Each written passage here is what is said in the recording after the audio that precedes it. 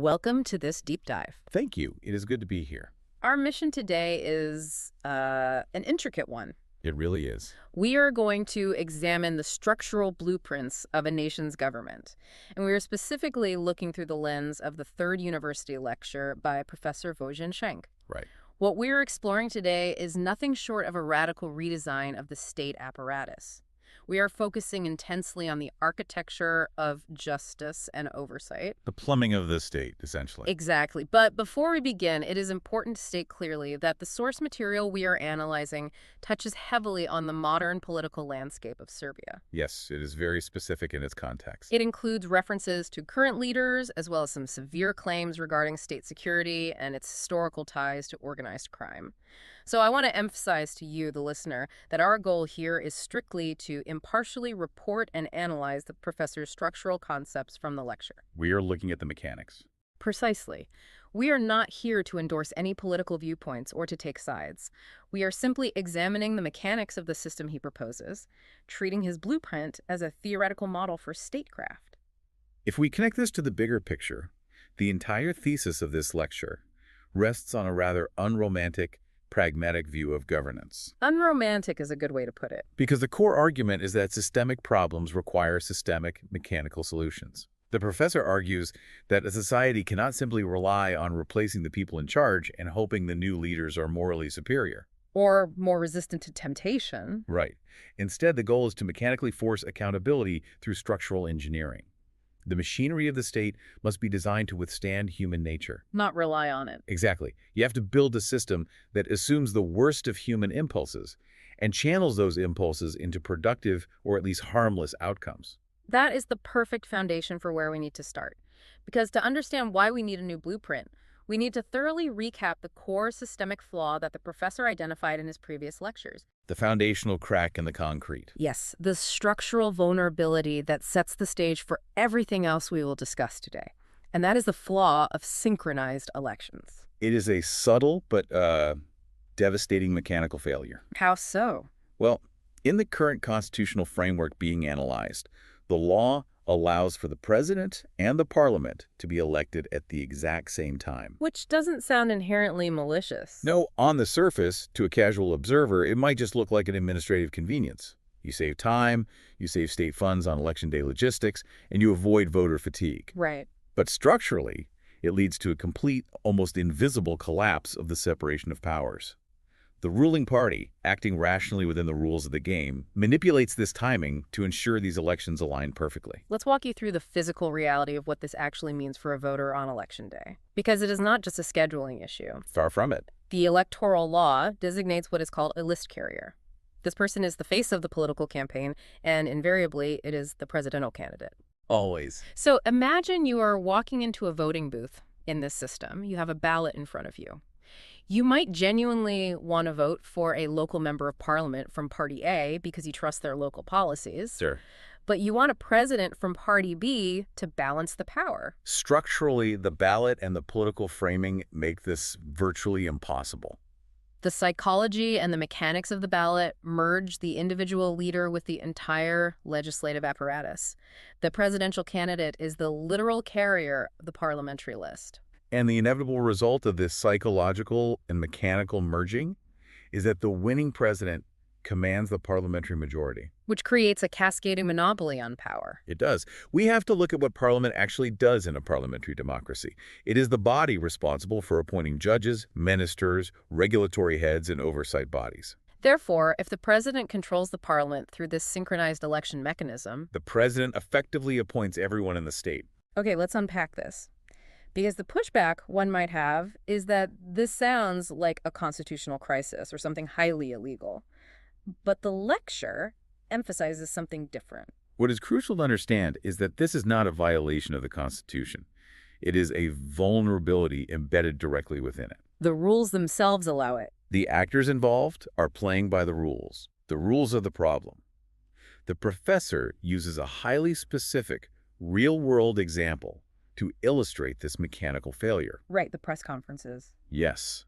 He analyzed whether the current president was breaking the Constitution by publicly announcing impending arrests of criminal suspects before the state prosecutors did. Which, if you are familiar with the region's political media landscape, is something that happens quite frequently. The head of state addresses the nation and essentially previews the actions of the justice system. Precisely. And the professor's conclusion, strictly speaking from a legal standpoint, was that technically the president wasn't breaking the law. He wasn't. No. By speaking to the press, he was merely advising the public or exercising political speech. But structurally, what happens? The prosecutor obeys him? The prosecutor does not act independently because the synchronized power structure means the president's influence permeates the legislative body, and that body dictates the prosecutor's career advancement, budget, and tenure. It creates an illusion of separate branches. But the plumbing is all connected to the same valve. So if the synchronized timing is the disease, the proposed structural solution is methodical and absolute. To break this monopoly, the professor states that elections must be fundamentally asynchronous. Meaning they can never happen at the same time. The president must be elected independently from the assembly on an entirely different legally mandated schedule that cannot be altered for political convenience. Furthermore, he proposes that the president is categorically banned from holding membership in any political party once elected. That is a massive shift. You legally sever the formal tie between the head of state and the legislative voting blocks. The moment they take the oath of office, their party affiliation must be dissolved. But the most radical part of this first step is what happens to the legislature. In this blueprint, the legislative branch itself is stripped of its appointment powers. Completely stripped. Parliament is restricted solely to passing laws and adopting the state budget and investment programs. They no longer hold the keys to careers in the judiciary or the executive agencies. It is a deliberate, severe narrowing of scope. By removing the power of appointment from the legislature, you remove the ultimate incentive for the executive to dominate it. Because if controlling Parliament doesn't give you control over the judges and the police chiefs. Spending massive political capital to dominate Parliament becomes significantly less appealing. But this naturally creates a massive vacuum. If we have essentially severed the president's ability to handpick judges through the Parliament, and Parliament itself can't appoint them, who is managing the courts? That is the next logical step. How do the courts manage themselves without falling into complete chaos? This brings us to the second major pillar of the professor's blueprint, the total overhaul of the judicial branch. The lecture makes a very strong push to abandon the continental Napoleonic legal system that is currently in place. And adopt what instead? He favors the Anglo-Saxon common law or a precedent-based system. This is a monumental shift in legal philosophy. We should really define these terms for clarity. Under the current continental system, derived from the Napoleonic Code, the law is intended to be perfectly codified. Right. The legislature writes a comprehensive set of rules, and the judge's job is simply to apply the specific rule to the specific case. But human reality is endlessly complex. Exactly. When laws are unclear, contradictory, or conflict with a new real-world application, say, a new type of financial fraud that didn't exist when the law was written, how is it resolved? Currently, those ambiguous laws are interpreted by parliamentary committees. And the professor does not mince words regarding these committees. He does not. He notes that these legislative committees are often made up of what he describes as completely incompetent persons in the context of jurisprudence. They are politicians. They are politicians, not practitioners. They simply do not understand what is judgeable in a courtroom setting. They lack the daily, practical experience of applying abstract, rigidly codified law to messy, nuanced human reality. The analogy he uses for this is incredibly vivid and really helps ground the concept. He argues that trying to perfectly codify every human interaction in advance is like an architect drawing perfectly straight, rigid walkways on the blueprint of a new public park. It looks great on paper. Yes, but once the park opens, human behavior takes over. People cut across the grass to find the most efficient route from the gate to the fountain. They were a natural dirt path through the park. The path of least resistance. The continental system essentially yells at the citizens for stepping on the grass and tries to force them back onto the rigid, inefficient concrete. And following that analogy, the precedent-based common law system observes where the citizens actually walk. It recognizes the organic, natural path of human interaction and dispute resolution. And only then do the authorities pave that exact path. They pave over the dirt trail. What's fascinating here is how this shift fundamentally empowers the Supreme Court and the judiciary as a whole. Instead of waiting for a disconnected parliamentary committee to issue a binding interpretation of an ambiguous law, The rulings made by the most experienced judges in the courtroom become the binding precedents. So if a law is poorly drafted or ambiguous in practice, the Supreme Court polishes it through application. They encounter a case, they deliberate on the most just application of the flawed law, and their ruling essentially becomes the new paved path. They create a registry of precedents. The law breathes. Now, this doesn't mean the law is frozen forever once a precedent is set. No, not at all. Future judges can theoretically rule differently if society shifts significantly or a completely novel context arises. But, and this is the crucial mechanical friction, they are heavily bound to justify exactly why they are deviating from the established path. They have to write exhaustive legal opinions explaining why the old precedent no longer serves justice. Which creates a highly stable, predictable legal environment that is still capable of adapting to reality. It sounds incredibly elegant on paper, a Supreme Court full of wise judges organically shaping the law, but here is where we have to look at the grim reality of the current system. A backlog. A beautiful, precedent-based Supreme Court means absolutely nothing if the lower courts are completely paralyzed, and that is the current bottleneck. In the region we are discussing, basic courts, the entry-level courts where ordinary citizens go for property disputes, divorces, or minor civil claims, are suffocating under massive backlogs. Years can pass before a preliminary hearing is even scheduled. The system is essentially in gridlock. Which brings us to what is, without a doubt, the most unconventional proposal in the entire lecture. It is a concept that requires careful, methodical consideration because it sounds deeply counterintuitive. Almost jarring at first glance. Yes. To solve this backlog, the professor proposes making these basic courts entirely private partnerships. I have to stop you there because the immediate red flag for me, and likely for you listening, is that outsourcing the justice system to private firms sounds like an invitation for a dystopia. It does sound like that. It sounds like a system where justice goes to the highest bidder or where courts are incentivized to cut corners to maximize profit. We need to dissect the microeconomics of how a private court firm would actually handle a case. It is a valid concern. How exactly does the professor's blueprint prevent these court firms from just ruling in favor of whoever pays them the most, or ruling in 3 minutes just to collect a fee? It is a radical departure from how we conceptualize state authority. And your skepticism is exactly why the incentive structures in this proposal are so mathematically rigid. Walk us through it. These basic courts would operate somewhat like private law firms or public notaries. The state is essentially outsourcing the initial judicial labor, the heavy lifting of fact-finding and initial rulings, but they're bound by a very specific economic feedback loop. What is the loop? These private court firms only generate revenue and thus make a profit if their verdicts are confirmed by the higher state-run appellate courts. Let's create a hypothetical scenario to test this. Imagine two neighbors have a complex property boundary dispute. They go to one of these private basic courts. Yeah. The private judge, wanting to clear their desk and make money quickly, just flips a coin, writes a sloppy ruling in favor of neighbor A, and sends them a bill. What happens next in this engineered system? Neighbor B, who lost the sloppy ruling, immediately appeals the decision to the state-run appellate court. The appellate court reviews the decision, sees that the legal reasoning is flawed or non-existent, and overturns it. And this is where the safeguard triggers. This is the critical safeguard. Because the verdict was overturned, the private basic court cannot charge the state or the parties for its services. So they did the work. They paid their staff, they kept the lights on in their building, but they earned zero revenue for that case. If a particular private court rushes out bad decisions to churn through cases quickly, their overturn rate will skyrocket. And if they're operating as a private business, consistently earning zero revenue means they cannot make payroll. Precisely. If their verdicts are consistently overturned, the firm goes bankrupt. The private judges and clerks lose their livelihood. The market, bounded by the strict quality control of the state appellate courts, forces them out of the justice business. So the fear of bankruptcy prevents them from being sloppy, but what prevents them from being corrupt? What if neighbor A simply bribes the private judge to write a highly detailed, seemingly sound ruling in their favor? That is where the precedent-based system we discussed earlier acts as a secondary net. If the private judge writes a ruling that ignores established Supreme Court precedent just to favor a bribing party, the appellate court will instantly recognize the deviation and overturn it.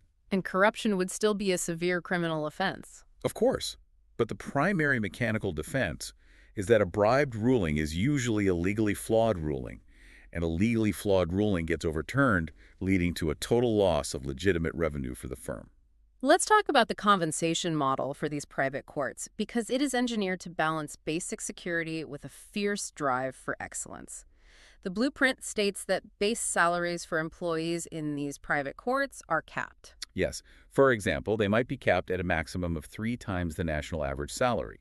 So they make a decent, comfortable living, but they aren't getting wealthy just by showing up. However, the incentive for efficiency comes from profit sharing. If the court operates efficiently, clears cases from the massive backlog, and most importantly, issues correct rulings that survive the inevitable appeals process, the firm generates a surplus. The lecture outlines a model where 30 to 40% of those profits are distributed directly among the staff. From the judges down to the clerks, according to their base salaries. So what does this all mean? It means the professor is trying to replace bureaucratic apathy with private sector survival instincts. Yes. If you are a clerk in a state-run court today, getting paid the same regardless of whether you process 1 file a day or 50, your incentive is to process 1. In this private model, if your firm processes 50 files correctly, you get a massive bonus at the end of the month. You are using capitalism's engine for efficiency, but you are rigorously steering it with the state's mandate for justice via the appellate courts. It mechanically forces 2 outcomes simultaneously. High-quality rulings, because survival depends on the higher courts validating your legal logic. And extremely fast rulings, because the massive backlog of cases transforms from a depressing bureaucratic burden into a vast pool of potential revenue. But I see a massive structural dependency here. Oh. This entire engine, this whole private sector experiment, relies entirely on the incorruptibility of those higher courts. That is true. If the state-run appellate judges or the Supreme Court judges can be bought or intimidated by politicians, the quality control mechanism for the private lower courts completely disintegrates. The whole system collapses. You have identified the keystone of the entire architecture. If the higher courts fail, the system fails, which leads us directly to the professor's solution for fortifying those higher courts. The compensation model. The solution is twofold: extreme, mathematically mandated compensation combined with absolute, terrifying accountability. The lecture does not shy away from the financial reality of independence. To guarantee that higher courts remain impervious to bribery, the system dictates exact, non-negotiable salary multipliers. We are talking about staggering figures by the standards of typical public administration. The president of the Supreme Court receives 35 times the national average salary. Let's contextualize that. In most economies, earning 35 times the average salary puts you in the uppermost echelon of wealth. You are earning corporate CEO money, but guaranteed by the state. A regular Supreme Court judge receives 20 times the average. Appellate court presidents also receive 20 times, and appellate judges receive 10 times the national average. So if the national average salary is, say, $1,000 a month, the president of the Supreme Court is making $35,000 a month guaranteed, every month for life. The psychology behind this is vital to understand. The system deliberately does not rely on human goodness or a romanticized sense of civic duty to prevent corruption. The professor notes a fundamental, cynical truth about human nature. If you put human nature on tracks, it drives a tram. If you put it in mud, it rolls like a pig. You must engineer the tracks. Imagine being that Supreme Court judge. You live essentially like royalty. You have absolute financial security for your family for generations. Now imagine an oligarch or a corrupt politician offers you a briefcase full of cash to sway a ruling. The math of taking that bribe isn't just illegal. In this system, it is genuinely stupid. The system is weaponizing greed to enforce honesty.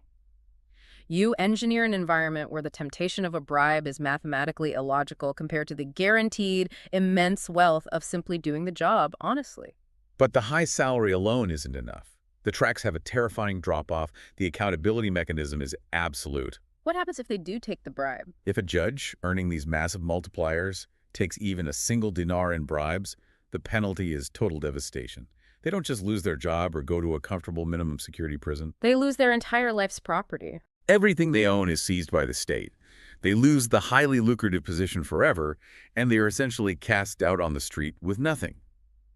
It creates a scenario where the risk-to-reward ratio of corruption is definitively aggressively broken. Here's where it gets really interesting.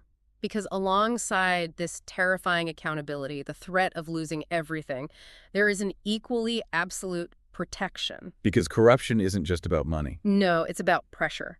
In this proposed system, a judge can never be publicly shamed, prosecuted, or fired for the legal opinions they express during a trial. The intellectual independence of the judge is treated as sacred territory. The lecture cites the specific example of Judge Majic. For context for our international listeners, Judge Majic is a prominent appellate judge in Serbia who frequently faces orchestrated, vicious smear campaigns and state-aligned tabloid media whenever his rulings displease the political establishment. His face is put on front pages. His character is assassinated. Under the current system, that kind of media pressure is a tool used to intimidate the judiciary. But in the professor's architectural blueprint, orchestrating such public shaming for a legal opinion would be a strict, heavily enforceable criminal offense. The logic is that you cannot ask a judge to make impartial, precedent-setting decisions that might anger powerful people if the state allows those powerful people to destroy the judge's reputation in the press. They are shielded from the mob and they are shielded from the executive, so long as they operate within the bounds of honest jurisprudence. So, we have built a fortified judicial branch. We have asynchronous elections keeping the president out of the legislature. We have private lower courts churning through cases. And incredibly wealthy, deeply protected yet terrified Supreme Court judges maintaining the standard. But an architecture of a state is not complete without answering a critical question. Who watches the rest of the machinery? Who monitors the daily operations of the ministries, the spending of public funds, the fairness of elections? That brings us to the fourth branch of government outlined in the lecture, the oversight or control branch. To truly understand the mechanics of this branch, we have to contrast it directly with the executive branch. The executive, by its very nature, is strictly hierarchical. It is a pyramid. Orders come from the president or prime minister at the top, and they flow downward through ministers, deputies, and civil servants. The oversight branch, however, is deliberately designed to be the exact opposite. The professor describes its structure as anarchic. Anarchic is a very strong, heavily loaded word. We need to make sure we define exactly how he uses it in this structural context, because he doesn't mean people throwing Molotov cocktails in the streets. No, not at all. In this architectural sense, anarchic means a flat, circular, decentralized web. Think of it more like a decentralized computer network or a biological ecosystem rather than a corporate ladder. What does it consist of? This branch consists of various fiercely independent entities. Ombudsmen, who act as citizens' protectors against bureaucratic overreach state auditors, anti-corruption agencies, regulatory bodies, the Constitutional Court, and the National Bank. And there is a crucial defining rule for all these bodies that makes this anarchic structure safe. They have zero executive or judicial power. Zero. An ombudsman cannot order the police to arrest anyone. A state auditor can find massive fraud in a ministry, but they cannot issue a fine or fire the minister. A regulatory agency cannot pass a new law. Their existence is solely dedicated to monitoring the other branches of government and, just as importantly, monitoring each other. They are the ultimate observers. If an auditor finds a violation, say a massive discrepancy in highway construction funds, their only mechanism of action is to compile the evidence and initiate proceedings before the courts. They are the alarm system, not the police force. They gather the data, they identify the breach, and they hand it to the fortified, independent judicial branch we just spent time discussing, allowing the judges to handle the enforcement and punishment. Now, every branch needs a figurehead, a leader. And the leadership of this oversight branch is perhaps the most fascinating, counterintuitive political mechanism in the entire proposal. The head of this anarchic web is called the Supreme State Controller. And who gets this incredibly sensitive job? It is the runner-up from the presidential election. Think about the pure adversarial elegance of that mechanism. In most systems, the candidate who loses a presidential election either fades into obscurity, goes back to Parliament to complain, or spends 4 years trying to undermine the winner in the press. This system instantly institutionalizes the opposition.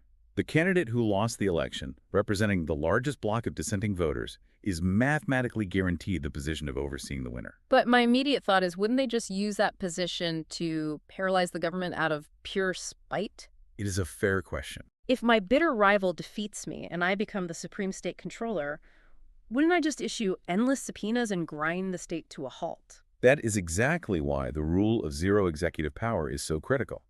The Supreme State Controller has access to all the exact same state secrets that the president does. They can walk into any ministry, open any ledger. There are no closed doors. But they cannot act on those secrets directly. They cannot issue executive orders to stop what they see. They cannot fire the president's staff. If they find corruption, their only avenue is to refer the violation to the Constitutional or Supreme Court with the evidence they have gathered. It transforms raw, potentially destructive political rivalry into structured, productive oversight. It forces absolute transparency. The executive branch knows every single day that their greatest political rival is watching their every move, reading their classified emails with full security clearance. It is a brilliant application of adversarial mechanics. You aren't asking politicians to be noble and transparent. You are weaponizing their mutual distrust to ensure institutional integrity for the public. It creates a state of continuous legal tension that prevents any single faction from getting too comfortable in the dark. But this brings us to the most difficult puzzle in the entire blueprint. We have talked about the courts, the executive, the legislature, and the oversight branch. But there is an elephant in the room. A massive, historically dangerous element. An element of the state apparatus that doesn't neatly fit into any of these categories. The intelligence apparatus, state security, the spies. The professor historically refers to this apparatus as UGBA. Yes. And again, as we noted at the very beginning of this deep dive, we must frame this strictly as the professor's direct claim for the purpose of this analysis. For our listeners who might not be intimately familiar with Yugoslav history, UDBA was the colloquial acronym for the Cold War-era state security apparatus of Yugoslavia. The lecture makes severe, sweeping allegations regarding the modern iteration of state security. The professor argues that the ghost of this organization, its clandestine methods, and its deep historical ties to organized crime essentially survived the fall of communism. He claims it has morphed into an unchecked fifth branch of power, specifically citing deep logistical involvement in international organized crime, such as the South American cocaine transit. He argues that this shadow apparatus is the primary, almost insurmountable obstacle to any systemic reform. He suggests that whenever a politician tries to fix the system, they are either compromised by files held by state security or outright threatened. So, if you are an architect building an optimal system from scratch, where do you put the spies? How do you control an organization whose entire purpose is secrecy and deception? This raises an important question, and it is perhaps the most dangerous question in constitutional design. Let's look at the options. If you put the intelligence agencies inside the executive branch, under the direct command of the president or prime minister, the risk is catastrophic. They inevitably become a tool used by the executive against political enemies. We've seen this historically worldwide, where the state's surveillance tools are turned inward on domestic opposition. Okay, so the obvious answer would be to move them out of the executive, put them under the anarchic oversight branch, let the Supreme State Controller manage them? Well, wait, we just established that the oversight branch has no executive power. Right. If you put a heavily armed, highly secretive intelligence agency under the control of an ombudsman or an auditor, the spies might simply overtake the oversight bodies. They could swallow the alarm system from the inside out, operating entirely autonomously because their supervisors lack the force to stop them. Exactly. The professor's conclusion is stark, and it acknowledges the unique nature of intelligence work. State security cannot be left unchecked anywhere. You cannot simply place it in a box on an organizational chart and trust that the system will hold. Because intelligence agencies inherently deal in state secrets and violence, you can't just have a civilian auditor walk in and ask for their files. They will just hide the real files. The radical solution proposed in the lecture is to completely fracture the oversight. He argues that state security requires multiple, heavily armed, competing, independent oversight inspections, specifically dedicated solely to monitoring the intelligence agencies. To explain the mechanics of this, the professor uses a very dark historical analogy. It is vital here to separate the terrifying ideology of the era he references from the cold, bureaucratic mechanics he is analyzing. He points to the structure of Hitler's Germany. He notes that the Abwehr military intelligence, the Gestapo secret state police, and the SS were all highly capable intelligence and security apparatuses. But crucially, they constantly monitored, undermined, and checked each other. Structurally, he argues, this intense paranoid internal rivalry actually stabilized the regime's power structure at the center. No single agency possessed the unchecked power or the monopoly on information required to launch a successful coup against the center because they were too busy watching their rivals. If the Abwehr plotted something, the Gestapo would find out and report it to gain favor. The proposal here is to take that specific, highly effective mechanism of enforced internal rivalry in overlapping jurisdictions, and strip it of its authoritarian intent. You repurpose it for democratic transparency. You design a system where multiple oversight bodies, perhaps drawn from different branches or structured as fully independent armed commissions, are constantly running audits, investigations, and active surveillance on the state security apparatus itself. You ensure that no single intelligence agency, no single director of a spy network can ever operate entirely in the shadows. Because there is always another legally empowered, heavily resourced entity shining a flashlight on them. If Agency A starts dealing in narcotics logistics, Agency B is incentivized to bust them to secure a larger budget or political favor. It is the ultimate application of the anarchic control principle applied to the most dangerous, volatile element of the state. It is a profound acknowledgement that true transparency in the intelligence sector cannot be achieved through trust or even through standard civilian oversight committees. It can only be achieved through mutually assured exposure. You have to create an environment where the spies are terrified of the other spies. We have spent this time walking through a truly vast architectural ambition. When you step back and look at the totality of Professor Enke's proposals, these are not minor tweaks to a tax code or a slight adjustment to electoral districts. This is a comprehensive teardown and rebuild of the social contract. It is a system built entirely on the premise that you cannot and should not hope to find perfectly good people to run a government. Yes. The philosophy is that relying on the moral character of leaders is a historic failure.